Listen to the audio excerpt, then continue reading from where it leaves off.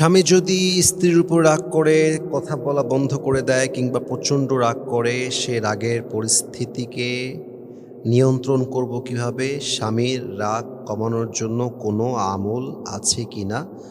আমার স্বামী কথায় কথায় রেগে যায়, আমাকে সমাধান দিলে ভালো হয়। That's a very important question. আমার কাছে মনে হয় যে অনেক স্বামী এরকম আছি আমরা, যারা অল্প কথাতেই রেগে যাই, অল্প কথাতেই ওভার রিয়্যাক্ট করে ফেলি। খুবই অ্যাগ্রেসিভ মনোমাইন্ডের মানুষ আমরা অনেকেই আছি।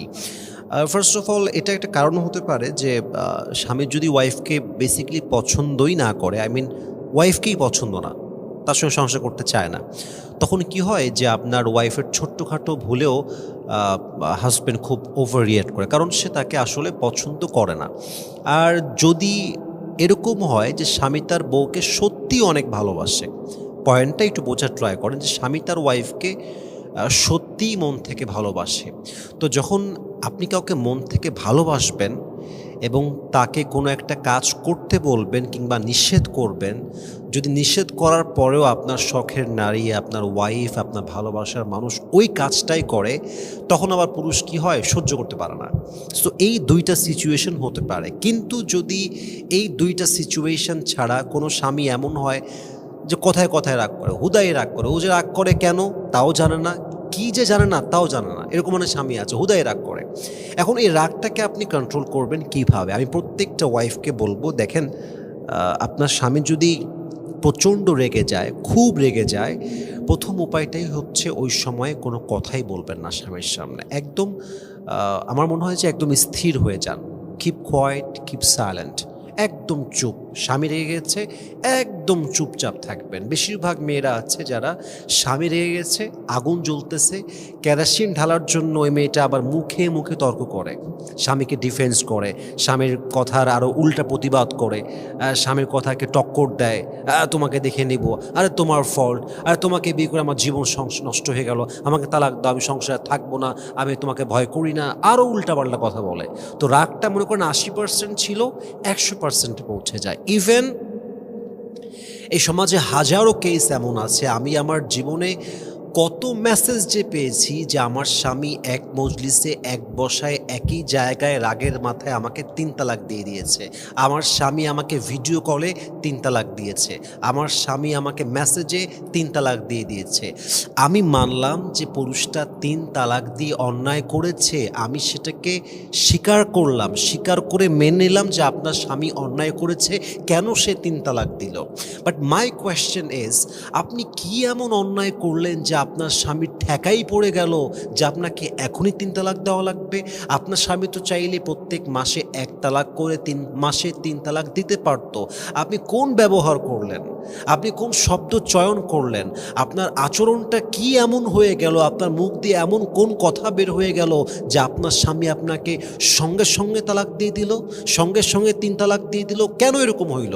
কারণ আপনি তা বলেছেন যে আপনার স্বামীর সহ্যের বাহিরে, আপনি মুখে মুখে তর্ক করেছেন, আপনি আপনার স্বামীর মনের আগুনটাকে আরও জ্বালিয়ে তুলেছেন, ও না পেরে আপনাকে তালাক দিয়েছে। এজন্য যদি তালাক থেকে বাঁচতে চান, সংসারটাকে বাঁচাতে চান, স্বামীর রাগটাকে নিয়ন্ত্রণ করতে চান, রাগের সময় don't speak, don't loud, don't shout, you just have to keep quiet and keep silent. একদম চুপ হয়ে যান, নাম্বার 1। নাম্বার 2, একটু স্পেস দেন, একটু স্পেস যাক, একটু সময় যাক, একটু মুহূর্তটা একটু ঠান্ডা হোক, সময়টা একটু স্থির হোক, একটু স্পেস দেন। যখন স্পেস দিয়ে ফেলেছেন, চুপ থেকেছেন, সময়টাকে অবজার্ভ করেছেন, শান্ত থেকেছেন, এখন কথা বলার পালা চলে আসছে।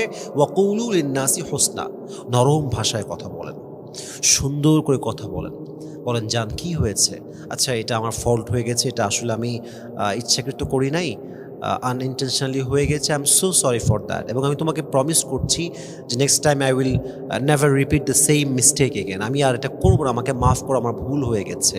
আচ্ছা জান এরকম করুন, একটু থামো, একটু স্থির হও, একটু সময় দাও আমাকে, আমি নতুন, কিংবা আমার অজানায় এটা হয়ে গেছে, আমি চাইনি, আমি তো তোমার আদেশের বিরুদ্ধে কখনো যাইনি, কখনো যাবও না, এটা আমি চাইনি, ভুল করে হয়ে গেছে।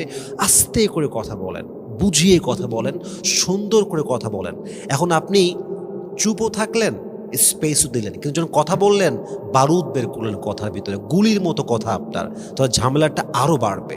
তো যখন কথা বলবেন অবশ্যই সুন্দর করে কথা বলবেন এবং মাথায় রাখবেন স্বামীর রাগটাকে নিজের জীবনের একটা সিম্পল সাবজেক্ট হিসেবে অ্যাকসেপ্ট করবেন। জাস্ট লাইক দিস, যে আমার স্বামী রাগ করবে আবার আমাকে ভালোবাসবে, আমার স্বামী রেগে যাবে একটু পরে আবার হাসবে। আরে আমরা তো আজীবন থাকতে চাই, এই সামান্য মুহূর্তের রাগে যদি হজম করতে না পারি সংসার করব কেমন করে? তো স্বামীর যেমন মনে করেন যে বেঁচে থাকলে কি হবে, পানির পিপাসা লাগবে, বেঁচে থাকলে কি হবে, ভাত খাইতে হবে, এগুলো যেমন জীবনের খুবই নর্মাল সাবজেক্ট। স্বামী প্রত্যেক দিন রাগ করতে পারে, 2 দিন পরে রাগ করতে পারে, এটা খুবই সাধারণ একটা সাবজেক্ট হিসেবে লাইফে অ্যাকসেপ্ট করবেন। দেখবেন যে আপনার স্বামীর রাগের সময় অভ্যাস হয়ে যাবে আপনার চুপ থাকা।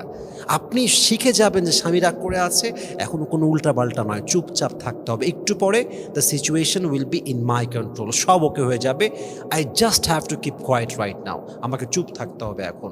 তো যদি চুপ থাকতে পারেন, ধৈর্যের পরিচয় দিতে পারেন, স্পেস দিতে পারেন, কথা বলার সময় সুন্দর কথা বলতে পারেন, মুখোমুখি তর্ক না করতে পারেন, আল্লাহর কাছে দোয়া করতে পারেন, স্বামীর রাগটাকে সহ্য করতে পারেন, হজম করতে পারেন, আমি আপনাকে গ্যারান্টি দিয়ে বলতে পারবো ইনশাআল্লাহ আপনার সংসার কখনো ভাঙবে না এবং আপনার স্বামী আপনাকেই ভালোবাসবে।